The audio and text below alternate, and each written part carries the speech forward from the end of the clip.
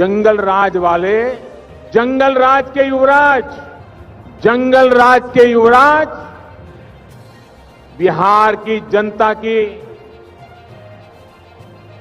और मैं मानता हूं कि दरअसल ये जंगल राज होता क्या है, और जंगल राज जिसको नए सलीके से देश के प्रधानमंत्री गढ़ने के लिए पटना पहुंच गए और वो भाषण छपरा में दे रहे थे, मोतिहारी में दे रहे थे और अलग अलग जगहों पे जब जंगल राज का जिक्र कर रहे थे तो पता नहीं क्यों आज इससे पहले के एक प्रधानमंत्री के द्वारा कहे गए शब्द राजधर्म भी याद आ गया। लोकतंत्र होना चाहिए, नहीं है।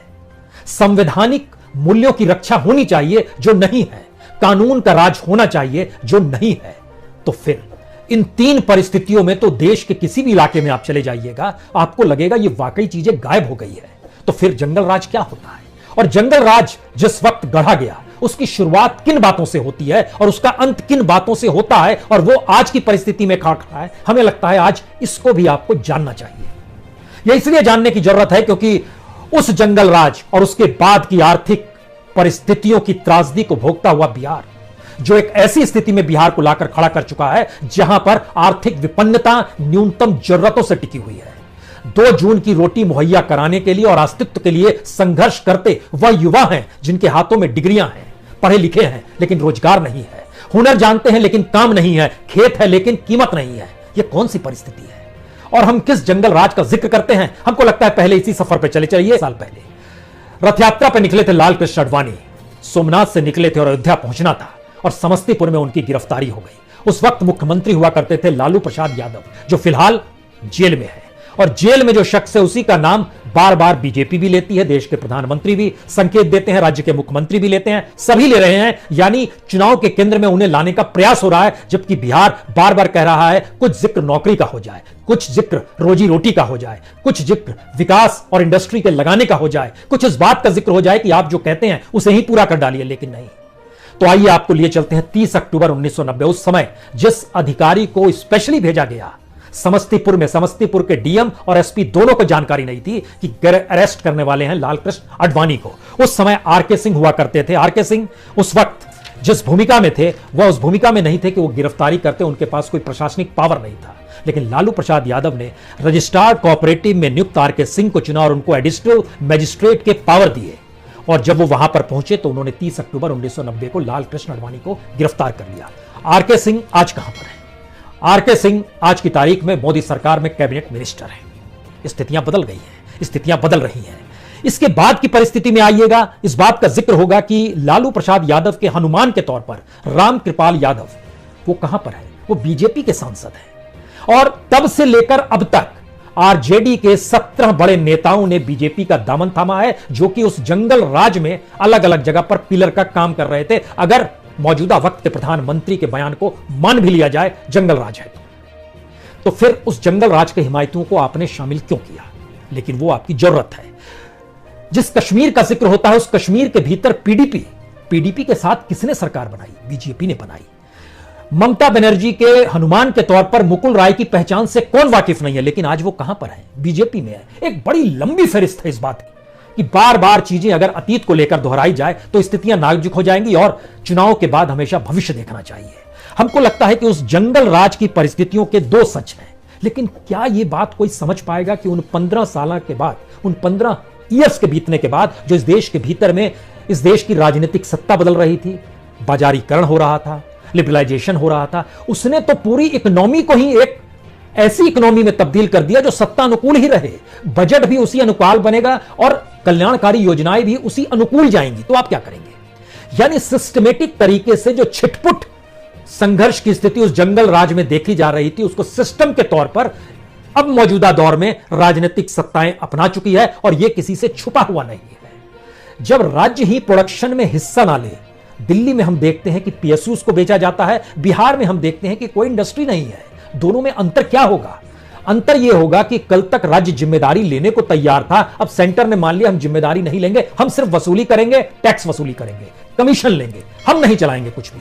और बिहार ने अपने तौर पर इस विजन को डेवलप ही नहीं किया कि इस राज्य में उसकी अपनी जरूरतें भी पूरी करने के लिए उसके पास तो पैसा ही नहीं है, उसको तो बार बार केंद्र की तरफ देखना ही पड़ेगा और केंद्र की गुलामी करनी ही पड़ेगी। जंगल राज का ट्रांसफॉर्मेशन सिस्टम के ट्रांसफॉर्मेशन के साथ धीरे धीरे जुड़ता चला गया, लेकिन बिहार की हकीकत नहीं, यह तो देश की हकीकत है।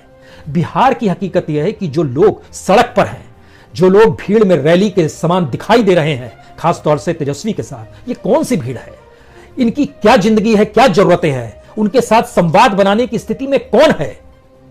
क्या वाकई कोई उनके दर्द को समझ पा रहा है? नहीं समझ पा रहा है। और यही गुस्सा उनके भीतर का है, यही गुस्सा डिग्रीधारियों के भीतर का है। साइकिल आपने दी, महादलित आपने क्रिएट किया, स्वर्ण आपके हिस्से में आएंगे ये आपने मान लिया, मुस्लिम आपके हिस्से में नहीं आएंगे ये भी आपने मान लिया, और बिसात इस तरह बिछा दी कि देखिए वहां पर यादव और मुस्लिम खड़ा है, कुर्मी का नेता ये है, कुशवाहा का नेता वो है, पासवान का नेता ये है, स्वर्ण हमारे साथ है, ये कहां जाएंगे? ऐसे बिहार को देखने की परंपरा में इस चुनाव की एंट्री हुई है। लेकिन अब जिन 94 सीटों पर मतदान होना है, जरा उसकी एक झलक देख लीजिए, जिसके बाद आप समझ पाएंगे। और उससे पहले एक बात यह भी समझ लीजिए कि जिन जगहों पर चुनाव होना है उसमें कौन कौन से जिले हैं। सबसे पिछड़े जिले पश्चिमी चंपारण, पूर्वी चंपारण, शिवहर का इलाका, सीतामढ़ी का इलाका, मधुबनी का इलाका, दरभंगा का इलाका, मुजफ्फरपुर का इलाका, गोपालगंज का इलाका, सारण का इलाका, वैशाली का इलाका। ये कैसे इलाके हैं? इतना ही नहीं, समस्तीपुर, बेगूसराय, खगड़िया, ये कैसे इलाके हैं? भागलपुर, नालंदा, ये भी कैसे इलाके हैं? सबसे कम न्यूनतम आय कहीं पर है तो इन्हीं जगहों पर है। और उसका डाटा बताते हुए हमको लगता है आपको समझना चाहिए, इस देश के भीतर में जो all India per capita development expectations है वो इस देश में एवरेज 7,935 है। और ये जिन 17 जिलों का हमने नाम लिया वहां पर वो घटकर लगभग 3,000 पर आ जाता है, आधे से भी कम। बिहार का एवरेज आधे पर पहुंचता है 3,633 पर, लेकिन यह तो आधे से कम पर आ जाता है। और प्रति व्यक्ति आय जिन बिहार की है 3,650 रुपए हर महीने की, यानी 121 रुपए प्रतिदिन की। लेकिन जिन 17 जिलों का हमने नाम लिया, आपको जानकर हैरत होगी, यह लगभग 2,500 पे आ जाता है। कल्पना के परे है महीने भर की कमाई 2,500 रुपए। यानी एक ऐसी स्थिति में इन राज्यों में है, इसकी आकांक्षाएं क्या होंगी? इसके भीतर कौन सी उम्मीद होगी? जब आप मन से कहेंगे जंगल राज है, जब आप मन से कहेंगे हम डेवलपमेंट करेंगे, जब आप मन से कहेंगे हमने यूनिवर्सिटीज खोल दी, झूठ फरेब बिहार की जनता इसलिए जमच जाएगी क्योंकि वह कोख से जान जाती है कि विपन्नता उसकी हकीकत है और आने वाले वक्त में संघर्ष ही उसकी उम्मीद है। संघर्ष कर सकता है तो उसको हिम्मती बनना पड़ेगा। शायद इसीलिए हम कह रहे हैं एक निर्णायक मूड में बिहार धीरे धीरे जा रहा है, क्योंकि पारंपरिक राजनीति ने इस देश को अपना गुलाम बना लिया है, जिसके पास पूंजी है, जो अपराधी है। और इसमें कोई दो मत नहीं, वोटर के सामने बिहार में दूसरे फेज में भी यह संकट आने वाला है कि जिसको वोट डालने जाएंगे उसमें बड़ी तादाद में क्रिमिनल हैं और वो क्रिमिनल करोड़पति हैं। और आखिरी बात, अगर यह राजनीतिक प्रयोग बिहार में सफल हो गया तो सवाल जंगल राज का नहीं है, लालू यादव का नहीं है, नीतीश कुमार का नहीं है, नरेंद्र मोदी का नहीं है, लिबरलाइजेशन का नहीं है, बाजारवाद का नहीं है। इस देश के भीतर में बिहार के जरिए एक मैसेज होगा कि आप उस राजनीति को छोड़िए जो राजनीति आपको सिर्फ रईस बनाती है, नेताओं को रईस बनाती है, क्रिमिनल्स को साथ लेकर चलती है। और डेवलपमेंट्स क्रिमिनल जो रईस होता है उसके इर्द गिर्द की जो लोग होते हैं उन्हीं के जरिए उस कास्ट के भीतर में एक विस्तार मिल जाता है और पॉकेट्स जो हैं इस देश के भीतर में अलग अलग जगहों पर डेवलप होते चले जाते हैं। लेकिन पहली बार बिहार उस अस्तित्व के संघर्ष में चला गया है जहां पर उसे बचना है या खत्म होना है। शायद इसीलिए यह निर्णायक मोड़ है। बहुत बहुत शुक्रिया। मिलेंगे आपसे 3 को जरूर, 3 नवंबर को एक एक सीट की जानकारी देने के लिए। बहुत बहुत शुक्रिया, बहुत बहुत शुक्रिया।